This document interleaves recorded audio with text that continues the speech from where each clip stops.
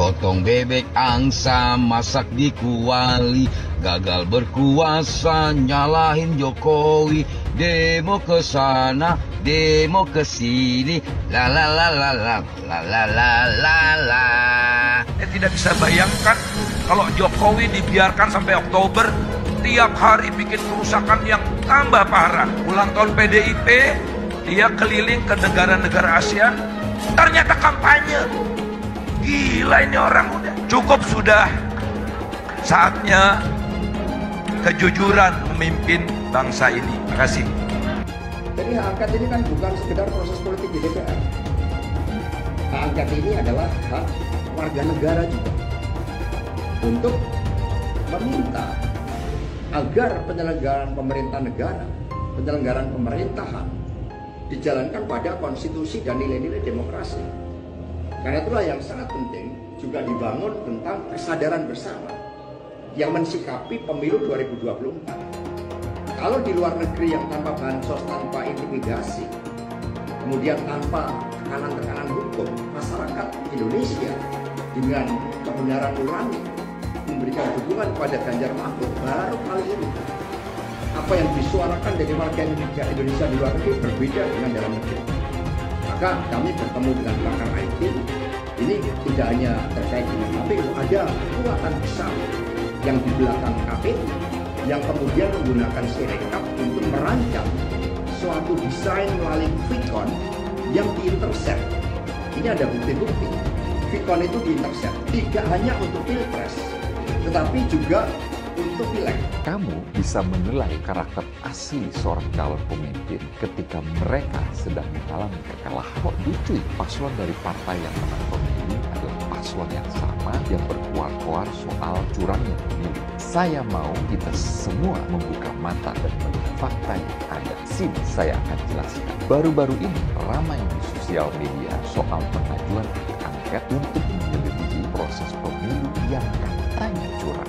Apakah ini semua hanya aksi kepepet karena Anda kalah dalam panggung demokrasi? Pemilu itu merupakan hasil keseluruhan dari pemungutan suara, bukan hanya pilpres saja. Hak angket yang seharusnya jadi fasilitas demokrasi seolah-olah hanya mainan yang dipamer-pamerkan. Kalau kita membahas tentang kecurangan, siapa yang pada waktu pemilu sering melakukan serangan fajar untuk mempromosikan paslonnya? Semua bentuk kecurangan dari berbagai pihak sudah tertangkap kamera dan KPU pun sudah mengambil tindakan dengan melakukan pencoblosan ulang di ratusan TPS. Dan sekarang tidak ada satupun bukti kecurangan TSM terstruktur, sistematis, dan masif yang bisa dijadikan dasar pengajuan hak angket di DPR. Pemilu ini sudah kita lewati dengan proses yang adil dan merata. Sekarang sudah saatnya kita fokuskan pandangan kita untuk membangun Indonesia yang maju. Ya tentu kalau begitu saya pasti kembali ke Pak Prabowo. Karena buat saya Pak Prabowo itu memang patriot, paham masalah dan tegas. Ya.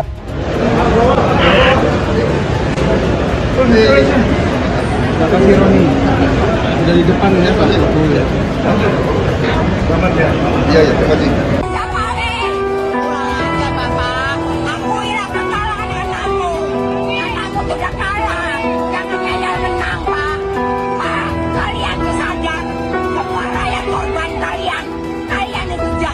Jadi kita harus menurunkan Jokowi dengan antek-anteknya, dengan semua kebijakannya yang semua nggak benar, nggak bisa kita teruskan. Pemerintahan 10 tahun ini hancur, apalagi yang akan kita teruskan?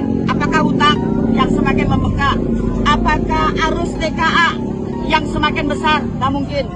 Jadi Jokowi nggak bisa seenaknya memakai uang negara, termasuk dia menggunakan BUMN, mengerahkan kementerian-kementerian. Aja gile, kita tidak rela. Di mana kami sudah tidak nyaman hidup di Indonesia, dan kami yakin bahwa Indonesia saat ini tidak sedang dalam baik-baik saja. Mas Anies juga mungkin hari ini gagal.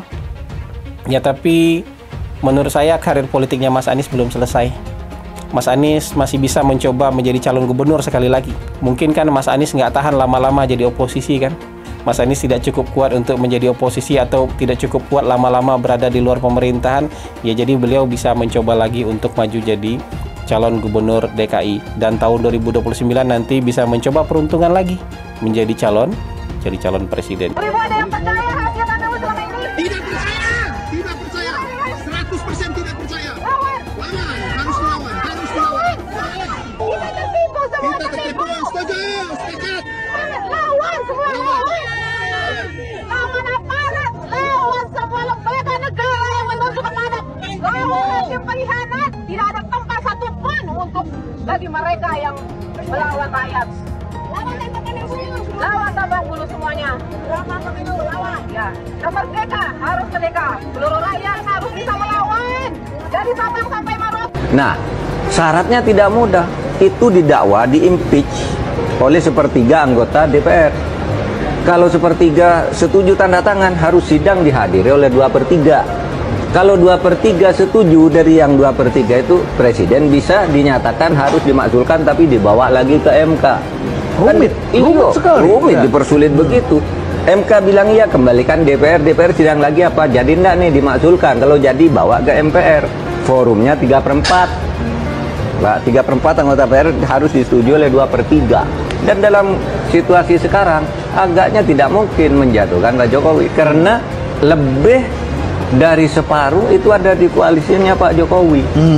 Bagaimana mau mencapai 2/3 untuk hadir? Kalau mencari 1/3 untuk usul mungkin bisa.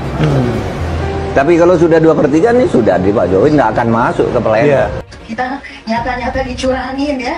Benar-benar udah, ya Allah, nggak ada hayanya, nggak ada takluknya sama sekali. Ya Allah, saya cuma nurut bagaimana. Ayo kita berjuang bersama. Apa selanjutnya yang kita harus lakukan? Ya lawan dong. Turun. Ya, itu yang penting. Karena bukan apa-apa. Indonesia perubahan, kita harus berubah semua. Capek ya. Kita harus dipimpin oleh pimpinan yang betul-betul beriman, yang cerdas. Itu kan. Kita nggak lama lagi mungkin umur kita sampai. Tapi yang kita pikirkan regenerasi kita, anak cucu kita. Bagaimana dia harus mengalami seperti ini? Ya Allah ya Rahim, mama udah pada teriak. Katanya semua pada mahal. Beras 20.000, ya kan? Masya Allah, tapi insya Allah kita percaya kepada Allah. Mudah-mudahan rezeki pasti ada untuk kita semua. Amin ya Rabbi. Yang penting takwa. Dan mudah-mudahan saya atas nama mungkin di antara artis yang hadir juga, saya turut dengan Raja Dangdut. Ayo kita berjuang bersama. Kalau kemarin kita satu, sekarang kita berjuang demi untuk bangsa negara. Oke, Allahu Akbar. Allahu Akbar. Allahu Akbar. Kemarin ada yang pede banget nih. Siapa lagi kalau bukan pendukung Pak Profesor Abah Anies Baswedan. Katanya nih, mereka yang intelek alias berpendidikan tinggi pasti milih Pak Anies. Ternyata fakta berkata lain. Sakit banget emang. Yang berpendidikan tinggi justru ramai-ramai mencoblos Prabowo Gibran. Jadi mana nih tuduhan-tuduhan kemarin yang bilang pendukung Pak Prabowo kena tipu joget gemoy. Faktanya yang berpendidikan tinggi pilihannya Prabowo Gibran kok. Intinya gitu ya. Jangan-jangan omon-omon tapi bicara pakai data dan fakta. Udah gitu aja. Jujur, pecinta Bapak Anies Rashid Baswedan, otak kami cerdas. Hello, kami bukan orang bodoh. Kami nggak percaya kalau Pak Anies Rashid Baswedan itu kalah. 01 itu menang, 01 menang, di mana-mana itu menang, ya. Karena kami sekali lagi tekankan, wahai Bapak Jokowi, akuilah kesalahannya, akuilah kekalahannya, jangan dibalik. Katanya dapat bocoran nih. Udahlah, 01 akuin kesalahannya. Hello, nggak mungkin, mustahil. Mustahil kalau 01 kalah. Hakul yakin Allah punya kuasa. Pasti Bapak Anies jadi presiden. Amin. Anies presiden. Ini kemenangan Prabowo Subianto dan Gibran. Jadi yang kalah nangis-nangis saja. Jangan pura-pura bahagia. Nangis saja. 1 silakan nangis. Lepaskan, 3 keluarkan ya Mas Adi. Ketimbang jadi bisul, ketimbang jadi penakit, ya kan, pura-pura bahagia. Tumpahkan setumpah-tumpahnya.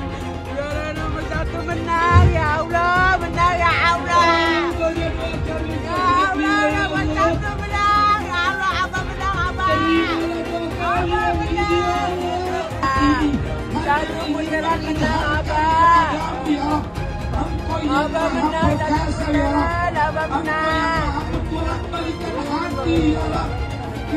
Gue yang dukung Prabowo juga kaget menangnya hampir 60%. Awalnya gue juga gak ngira bakal menang satu putaran. Seandainya satu putaran gue kira bakal menang tipis kayak 5-1, 5-2. Tapi 60 di luar ekspektasi gue banget. Kayaknya harus diubah yang sering dibilang Jawa adalah kunci. Jadi Jokowi adalah kunci. Gubernur Jawa Tengah kalah suara di Jawa Tengah. Itu kan lucu. Nah tapi kalau dari suara ini Anies kalau maju pilgub DKI lagi kayaknya bisa menang. Kecuali kalau lawannya Ahok lagi. Bah itu baru. Ayo kita bahas kenapa 03 dan 01 bisa kalah. Pertama untuk kubu 03 dulu. Ganjar Mahfud kalah menurut gue karena posisinya gak jelas, lu dukung apa lu lawan Jokowi? Kadang lu dukung, kadang lu nyerang. Maksudnya kalau pengen melawan Jokowi terang-terangan kayak Anies gitu loh, ada posisinya kelihatan gua melawan Jokowi gitu. Makanya kalau lu lihat suaranya Ganjar memprihatinkan. Padahal dulu rencana awal Jokowi buat nyatuin Prabowo dan Ganjar, cuman PDI-nya terlalu percaya diri. Kalau 01 kalah karena mayoritas pemilihnya Gen Z. Dua hal yang paling malas disentuh Gen Z adalah politik dan agama. Lah ini berpolitik bawa-bawa agama, nggak mempan generasi zaman sekarang. Kalian perlu ganti strategi. Gini deh, Gen Z bahas agama aja, itu 3 kata lucu, nggak bisa, harus ganti strategi, nggak mempan.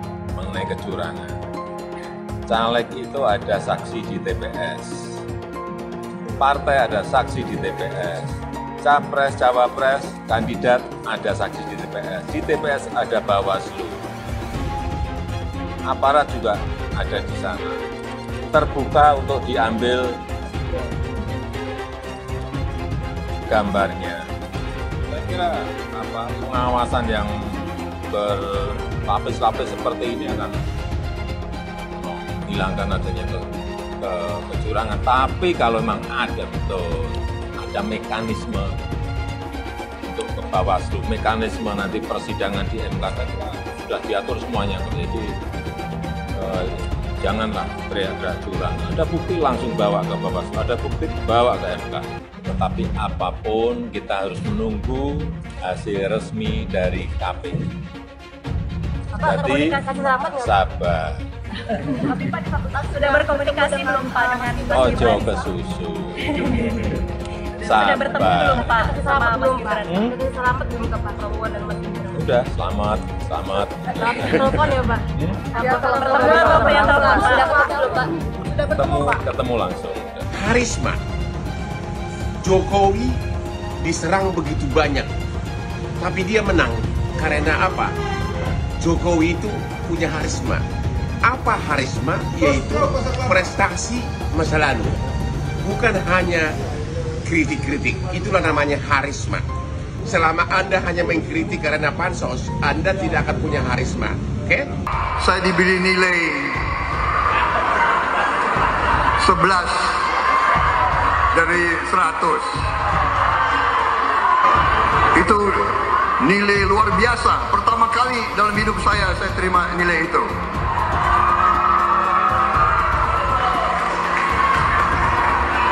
Dari orang yang saya beri kebaikan. Pak Prabowo, itu sebelumnya Pak Prabowo sudah menyumbangkan 400 miliar untuk pencalonan Pak Anies sebagai gubernur.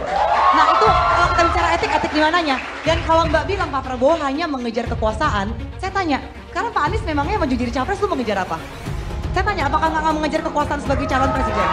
Kalau Pak Prabowo, Menteri Pertahanan, rate-nya 11 dari 100, itu kalau berarti kan antara dari 1,1 per 10 ya.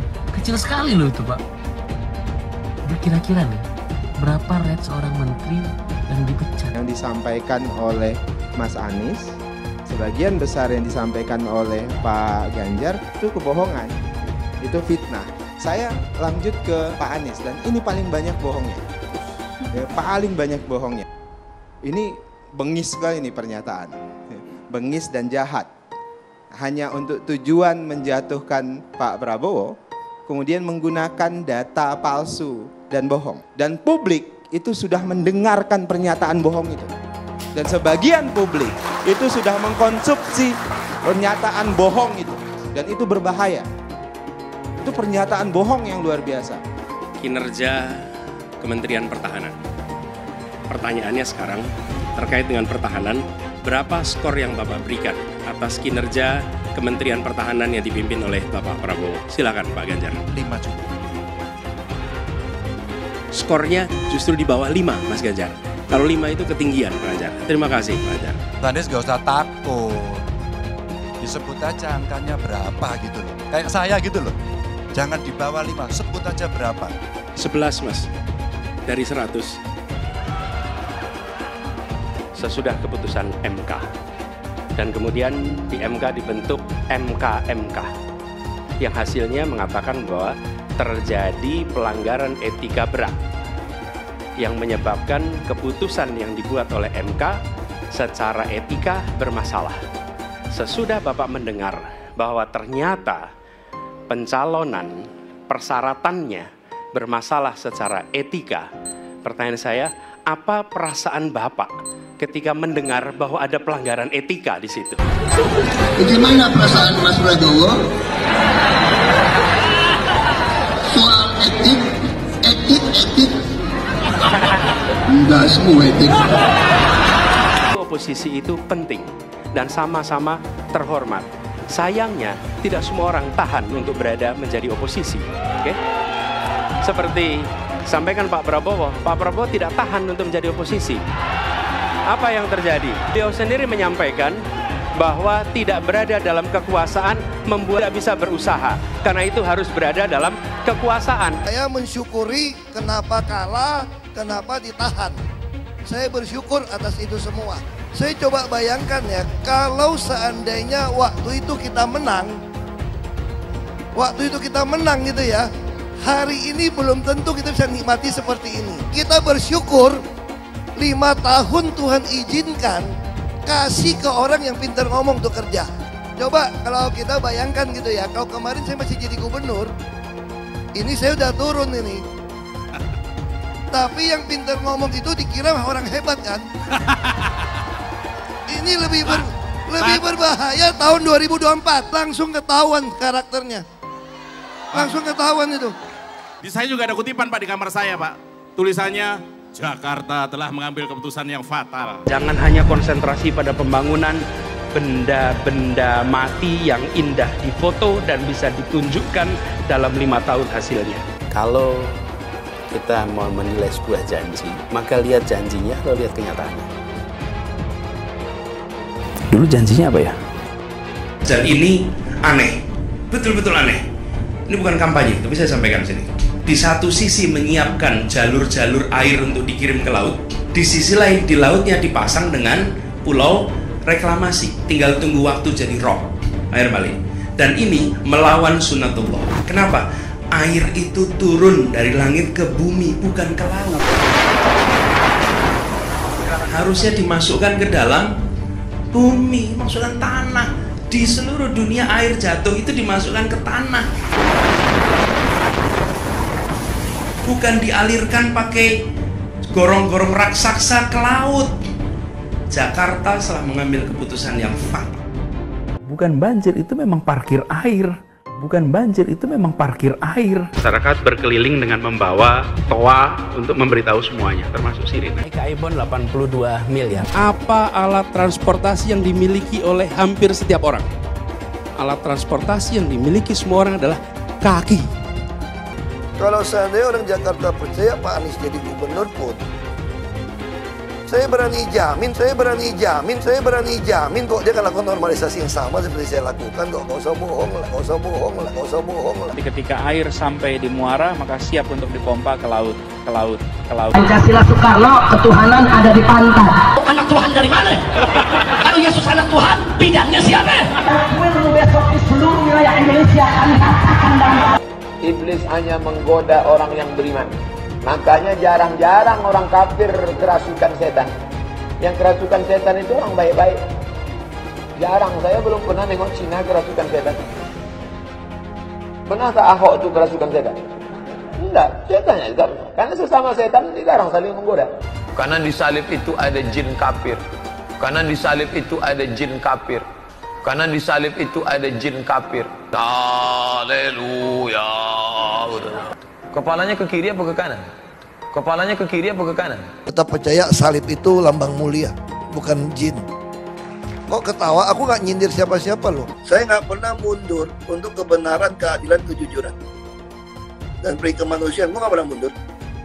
Dan gue nggak pernah takut juga sama lu. Siapapun yang rasis, gue akan hadapin. Karena rasis itu tidak berperi kemanusiaan. Sama saya ditanya dulu kan, kamu nyesel nggak statement kamu di Pulau Seribu sehingga masih masuk penjara? Tidak pernah nyesel. Karena saya mengatakan kebenaran. Relawan Anies yang mayoritas pengasuh khilafah, seperti kadrun FPI dan HTI, ingin melengsarkan Pak Jokowi. Dengan menggunakan politik identitas, relawan Anies akan menggulingkan Jokowi. Tapi pendukung Anies lupa bahwa 82% penduduk Indonesia suka dengan kinerja Pak Jokowi. Ingat, di belakang Anies ada ormas pengasuh khilafah, seperti FPI, HTI, PA212. Saya yakin sebentar lagi karma Ahok akan mengejar Anies Baswedan. Sekarang nih PSI punya nama baru, Partai Salah Input. Nama lainnya lagi, Operasi Sayang Anak. Ini tentu saja sindiran buat PSI yang dianggap karena dapat dukungan dari Presiden, perolehan suaranya terus melaju sehingga akan melampaui 4%. Yang bikin kisah dongeng itu tentu saja adalah para pembenci PSI atau pembenci Pak Jokowi atau pembenci Kaisang Pangarep. Jadi ceritanya nih, pada sekitar tanggal 20-an Februari, publikasi data rekapitulasi suara di KPU sempat dihentikan. KPU nampaknya merasa harus membenahi dulu urusan publikasi data itu gara-gara ada keanehan suara di banyak tempat. Karena itu, ketika di awal Maret ini, suara PSI yang dipublikasikan dalam situs KPU menunjukkan kenaikan yang signifikan, sumpah serapah pun segera dilontarkan. Padahal kenaikan suara itu sebenarnya biasa-biasa saja. Suara PSI mengalami kenaikan secara konstan. Sebenarnya sih nggak besar-besar amat sih. Sekitar 0,08% per hari. Jadi naik dari sekitar 2,6% pada 25 Februari menjadi 3,13% pada 3 Maret. Kemudian muncul tuduhan bahwa kenaikan luar biasa ini terjadi karena kecurangan. Bahkan ada media yang menunjukkan seolah di beberapa dapil ada ketidaksesuaian antara jumlah suara di formulir C1 dengan yang diumumkan di website KPU. Mereka pada dasarnya takut kalau PSI sampai bisa masuk parlemen. Karena itu mereka berdoa setiap saat agar suara PSI dalam pemilu ini tidak bakal mencapai minimal 4% dari total suara nasional yang adalah parliamentary threshold dalam pileg. Nah, seperti yang saya bilang, ini langsung menimbulkan respons mengerikan melalui medsos dan juga di media massa. Muncullah kata-kata superlatif seperti suara PSI menggelembung, suara PSI melangit, melonjak, mencurigakan, atau suara PSI naik luar biasa. Bahkan ada yang sampai bilang, kalau PSI sampai lolos ke parlemen itu adalah skandal. Mereka merujuk pada hasil perhitungan quick count yang menunjukkan suara PSI hanyalah maksimal 2,9%. Jadi kalaupun ditambahkan dengan margin of error 1%, suara PSI seharusnya hanyalah mencapai 3,9%.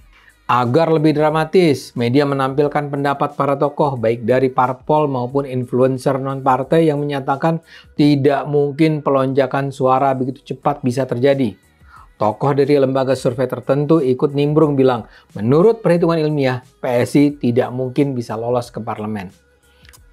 Nah, kalau ternyata suara PSI naik terus menuju 4% atau lebih, artinya ada kejanggalan yang tidak bisa dijelaskan atau bahkan menunjukkan kecurangan. Maka lengkaplah tuduhan terhadap PSI. Saya sendiri terpaksa harus mondar-mandir diundang ke berbagai acara talk show dan podcast. Beberapa kali di talk show televisi saya harus menghadapi sejumlah narasumber yang menunjuk-nunjuk hidung PSI, seolah-olah PSI jelas adalah penjahat yang merampok suara partai lain. Dan itu semua dilakukan di bawah pimpinan Presiden Jokowi. Itu semua tentu saja adalah omong kosong berskala raksasa. Saya akan komentari satu persatu. Pertama, soal kenaikan suara PSI itu extraordinary dan tidak bisa dijelaskan dengan akal sehat. Ini bagi saya mengarang bebas. Kenaikan suara PSI cuma sekitar 96.000 per hari. Dan itu sangat bisa dijelaskan karena sekuen kerja KPU. Tambahan suara itu tidak terjadi karena PSI mencari tambahan suara di lapangan. Pertanyaannya, mengapa sekarang ketika kenaikan 0,08% per hari dialami PSI, tiba-tiba saja dianggap terjadi kejanggalan yang tidak bisa dijelaskan dengan akal sehat? Loh, di mana letak anomalinya? Lantas kalau ditanya, mengapa kenaikan itu tidak terjadi pada partai-partai lain? Ya bagaimana mungkin PSI tahu jawabannya? Bahkan KPU pun saya rasa tidak tahu jawabannya. Ini proses alamiah saja. Coba saja kita bandingkan dengan kenaikan suara partai-partai besar di hari-hari pertama sesudah hari pencoblosan. Kenaikan suara PDIP atau Gerindra atau Golkar misalnya, dari hari ke hari bisa mencapai 3%, 4%, dan seterusnya. Sementara pada hari itu kenaikan suara PSI hanya mencapai 0,0 sekian persen. Dan ketika itu sangat tolol kiranya kalau ada yang menganggap kenaikan suara partai-partai besar itu tidak masuk akal. Di sisi lain saya juga harus bertanya, kalaulah apa yang diberitakan media itu benar, apakah ketidaksesuaian hanya terhadap suara PSI atau suara partai-partai lain? Di WhatsApp grup PSI misalnya, saya justru membaca ada gejala sebaliknya. Di beberapa daerah, suara PSI justru seperti dipangkas. Jadi misalnya saja suara sebenarnya adalah 10, tapi ternyata di catatan total suara hanya tercantum 1 suara. Hasil quick count adalah sebuah peramalan ilmiah yang tentu saja tingkat keakuratannya tidak pernah 100% kalau masih menggunakan sampel. Dalam survei-survei yang ada di Indonesia, selalu diakui ada 5% kemungkinan hasil peramalan mereka salah. Jadi kalau hasil quick count adalah 3,9%, itu tidak pernah berarti suara PSI tidak mungkin mencapai 4%. Jadi poin saya, kesalahan serupa bisa saja terjadi dalam beragam bentuk berbeda dan menyangkut berbagai partai berbeda. PSI tidak memiliki sedikit pun otoritas untuk memeriksanya dan mencampur tanganinya.